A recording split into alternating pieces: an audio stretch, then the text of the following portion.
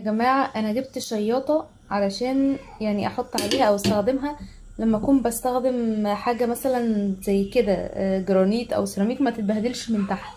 خلي بالكوا اللي جاب يعني شياطة زي دي. بصوا عايزة اقول لكم ان هي بتولع من جوه، شايفين؟ وعايزه اقول لكم كميه الدخنه والريحه اللي عاملاها في الشقه مش طبيعيه. تقريبا هي عليها طبقه المفروض اصلا لازم تتشال. انتوا شايفين المنظر من الحاجه اللي انا حطاها؟ شايفين؟ فاوعوا تجيبوا حاجه زي كده اهي، ولعت. فاوعوا تجيبوا حاجه زي كده على اساس ان هي ايه، تحطوها على النار وتسهوا عنها.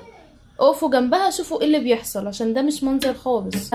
محطوطه عليها دي كلها لازم تتشال، مع انها في الاول كنت بفكر يعني فكرت كده قلت هشيلها، ما لقيتهاش بتتشال ولازقه جامد. فقلت خلاص هي بتستخدم كده. بس شايفين المنظر؟ شايفين عملت ايه؟ فلو حد كان حاططها على النار وسهي عنها مثلا حله ومشي وسايبها ودخل مثلا الاوضه ولا حاجه، هيجي اعوذ بالله يتصدم بالمنظر.